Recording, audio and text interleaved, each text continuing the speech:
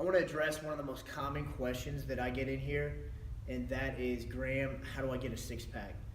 And unfortunately, most people are a little confused about how to go about it, and they typically go about it the wrong way.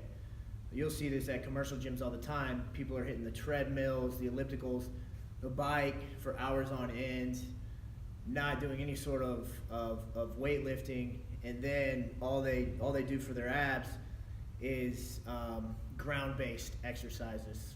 They'll be on the ground doing bicycles, flutter kicks, and crunches. And I'm here to tell you that that's the wrong way. So if that's the wrong way to go about it, how do I get this six-pack? What do I need to do?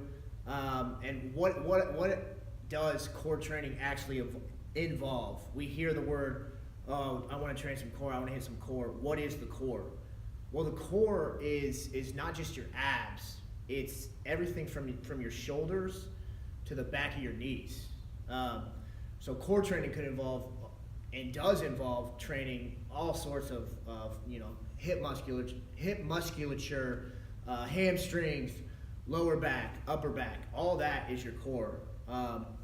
So if you're trying to get a six-pack, what you need to do first is be inefficient in your exercises. So the more time you spend on the treadmill, your body is an efficient machine.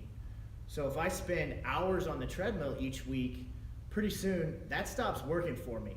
I'm no longer burning as much calories as I did the first time I hit the treadmill. I'm no longer burning as much fat as I did. That's why you see people stall all the time. They'll go a month in their fitness routine and they'll have some great results, and then boom, they don't see any changes. It's because your body adapted, okay? So I need to be inefficient in my fat burning methods. So if all I'm doing is hitting cardio, mix in some lifting. I need to do all sorts of lifting. The best way to do it is, like I preach, compound lifts. You need to go deadlifts, squats, benches, rack pulls, all that stuff, or heavy rows. All of that is hitting your core.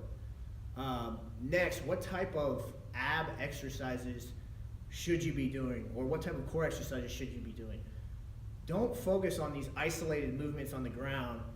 Do, in addition to your big compound lifts, do anti-flexion, anti-extension, anti-rotation exercises. So the best core exercises are planks, bridges, pull-off presses with bands, alphabet bands, heavy weighted carries, suitcase carries, overhead carries, all types of movements that cause you to breathe and brace.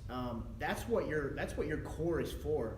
Your core is to protect your spine and keep your torso stable while your extremities are in motion, okay? So when you're thinking, I want to train my core, train it in that manner. Don't be stationary when you train your core. Instead, think of all sorts of exercises that I can do that require me to be stable while I'm walking or using my arms, or any sort of banded exercise where I'm moving and what I have to do is keep my core stable. If you train your core in this manner, you're gonna be stronger, you're gonna be able to brace and breathe under load, you're gonna be a more efficient mover, you're not gonna have any low back injuries or low back pain, and then for athletes, you're gonna be way more powerful. You're gonna be able to transmit more forces into the ground. So this is the way you gotta train your core. And again, like I said, mix things up. If all you do is the treadmill, throw in high intensity interval training. If all you do is lift, then yeah, you could hit some steady state cardio and probably see some benefits. I personally haven't ran over 10 yards in 2 years. I haven't really done a ground-based ab exercise in probably 4 years. I plank, I lift heavy, I do heavy loaded carries, and that's all the ab work I do, and it works great.